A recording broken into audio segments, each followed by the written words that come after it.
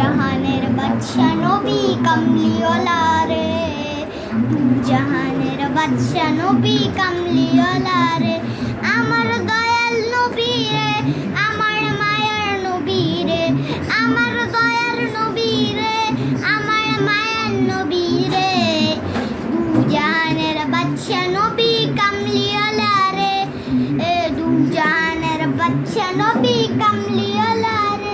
আদি পিতা আদম যখন মুসিবতে পড়ে, মুদের নবী উসিলাতে আল্লাহ কবুল করে।